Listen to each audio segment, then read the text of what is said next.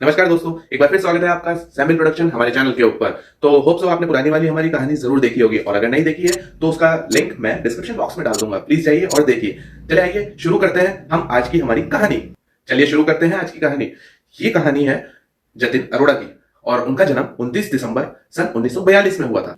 बच्चे का पालन पोषण लीलावती चुनीलाल खन्ना ने किया था। जतिन के माता पिता भारत विभाजन के अंतराल के अंदर, मतलब जो हमारा भारत का डिवाइडेशन हुआ था उसके अंदर अमृतसर आकर के बस गए थे। खन्ना दंपति जतिन के माता पिता के रिश्तेदार थे और जतिन अरोड़ा, हाँ सही समझ रहे हैं आप, जतिन अरोड़ा को गोद लिया था खन्ना परिवार ने। उनका जितना भी पालन पोषण, पढ़ाना लिखाना, शादी तक की जो जिम्मेदारियां थी वो सारी खन्ना परिवार ने करी थी।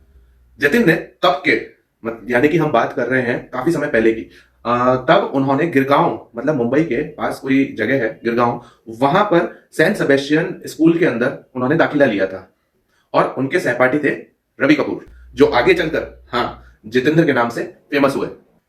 शिक्षा के साथ उनकी नाटकों में भी रुचि थी, मतलब वो अपने डेडिकेशन नाटकों में ज्यादा दिखाया करते थे और देखते ही देखते वो स्वाभाविक रूप से थिएटर की ओर उन्मुख हो गए।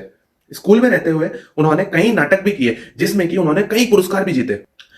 थिएटर में काम करने और फिल्म जगत में काम खोजने के लिए वो अपने स्पोर्ट्स कार से जाया करते थे। मतलब हम बात कर रहे हैं 1960 की। और दोनों दोस्तों ने, यानी कि राजीव अरोड़ा और जितेंद्र, इन दोनों ने साथ में तालीम हासिल करी मुंबई के केसी कॉलेज में। चाचा के दिए हुए नाम को उन्होंने आगे चल करके फिल्म जगत में भी अपनाया और उसके बाद में ये भी हकीकत है कि जितेंद्र जो थे उनको अपने पहले ऑडिशन के लिए तैयार राजेश खन्ना जी ने ही किया था और जितेंद्र और उनकी वाइफ राजेश खन्ना जी को काका के नाम से बुलाते थे। तो आगे चलकर पूरी दुनिया उनको काका के नाम से जानने लगी। आइए तो अब बात करते हैं राजेश खन्ना यानी कि काका की व्यक्तिगत जीवन के बारे में, कि उनकी लाइफ किस तरह से चल रही थी। 1966 से लेकर के 1972 तक, मतलब 1966 से लेकर के 1972 तक उनका प्रेम प्रसंग अंजुम महिंद्रू से चला। बाद में 1973 में उन्होंने डिंपल कपाड़िया से विधिवत विवाह कर लिया, यानी कि अरेंज मैरिज। और 7 ही महीने के बाद में डिंपल कपाड़िया की बॉबी पिक्चर रिलीज हुई, जो कि ब्लॉकबस्टर रही, बॉक्स ऑफिस पे सारे रिकॉर्ड तोड़ दिए। डिंपल कपाड़िया जी की जब पिक्चर रिलीज हुई थी और वो जब ब्लॉकबस्टर रही तो उनका रुझान, मतलब उनकी रुचि फिल्म जगत की तरफ और बढ़ने लगी। बस यहीं से उनके वैवाहिक जीवन में दरार पैदा हुई, यानी कि राजेश खन्ना और डिंपल कपाड़िया, जिसके चलते दोनों पति पत्नी 1984 के अंदर अलग हो गए और फिल्मी करियर की दीवानगी ने उनके पारिवारिक जीवन को अस्त व्यस्त कर दिया। कुछ दिन साथ रहने के बाद में दोनों के अंदर डाइवोर्स हो गया और 1984 में टीना मुनीम के साथ राजेश खन्ना का अफेयर चला, जो उसके विदेश चले जाने तक चलता रहा। इतनी फिल्मों के फ्लॉप होने के बाद भी उनकी एक फिल्म जो कि 1969 में आई थी, मतलब 1969, जिसका नाम आराधना था, उनकी पहली प्लेटिनम जयंती और उनकी सुपरहिट फिल्म थी। और आराधना पिक्चर के बाद पहले सुपर स्टार जो बॉलीवुड के अंदर होते थे उन्होंने अपने नाम किया और इसके बाद उन्होंने कभी पीछे मुड़कर नहीं देखा और 15 सुपरहिट सोलो फिल्में करी। इसके अंदर मर्यादा पूरी तरह से हिट रही, लेकिन मालिक फिर से असफल हो गई।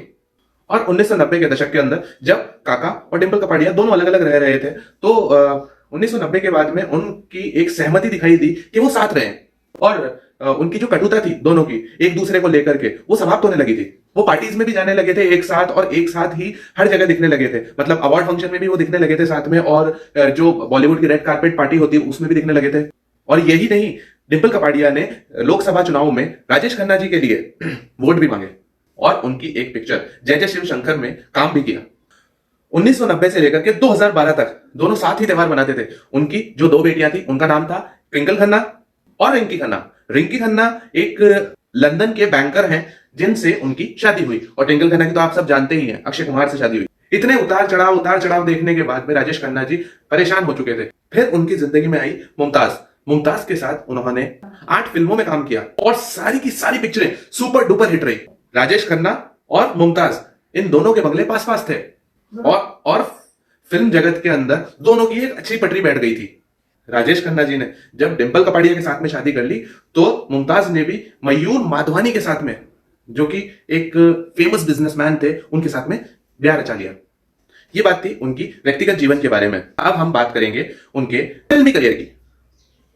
उन्होंने अपनी पहली पिक्चर 23 साल की उम्र यानी कि 1966 में ही पूरी कर ली थी और उस पिक्चर का नाम था आखिरी खत। आखिरी खत के बाद में उन्होंने 3 बैक टू बैक मूवीज करी, राज, बाहरों के सपने और आखिरी खत। लेकिन जो बहारों के सपने थे वो पूरी तरह से फ्लॉप रही। मतलब बॉलीवुड जगत में और राजेश खन्ना जी के लिए यानी कि काका के लिए वो पिक्चर असफल साबित हुई। मुमताज ने राजेश खन्ना जी के साथ में पूरी 3 फिल्मों के अंदर काम किया शादी के बाद भी, लेकिन उसके बाद उन्होंने मतलब मुमताज ने फिल्म जगत से संन्यास ले लिया। और इतना ही नहीं, वो अपने पति के साथ हमेशा हमेशा के लिए मुंबई को बाय बाय टाटा बोल करके चली गई। और इस वजह से काका को बहुत ही जबरदस्त आघात पहुंचा। मतलब वो डिप्रेस हो गए। उनकी जिंदगी में इतने उतार और चढ़ाव आए हैं और वो इतना डिप्रेशन में रहे हैं जिसकी कोई हद नहीं है। और जून 2012 के अंदर यह सूचना आई कि राजेश खन्ना जी अस्वस्थ चल रहे हैं। मतलब वो बहुत ज्यादा बीमार चल रहे हैं, डिप्रेशन की वजह से समझ लीजिए या हार्ट प्रॉब्लम समझ लीजिए या कुछ भी समझ लीजिए। और उनको 23 जून 2012 में लीलावती हॉस्पिटल में एडमिट कराया गया और 8 जुलाई 2012 को वो डिस्चार्ज कर दिए गए। उस समय वो पूरी तरह से स्वस्थ थे।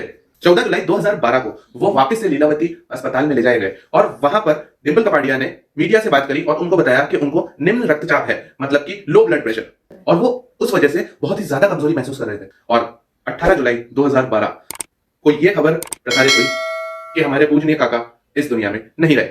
और शव यात्रा के अंदर बड़े बड़े सेलिब्रिटियों ने उनको श्रद्धांजलि दी, लेकिन उन जैसा सुपरस्टार आज तक इस दुनिया में नहीं बन सकता। ऐसे इंटरेस्टिंग फैक्ट्स जानने के लिए हमारे चैनल को अभी सब्सक्राइब करें और बेल आइकन को क्लिक करें, जिससे कि आपके पास हमारी स्टोरीज जल्द से जल्द पहुंच सके। लाइक, शेयर एंड सब्सक्राइब जरूर करें।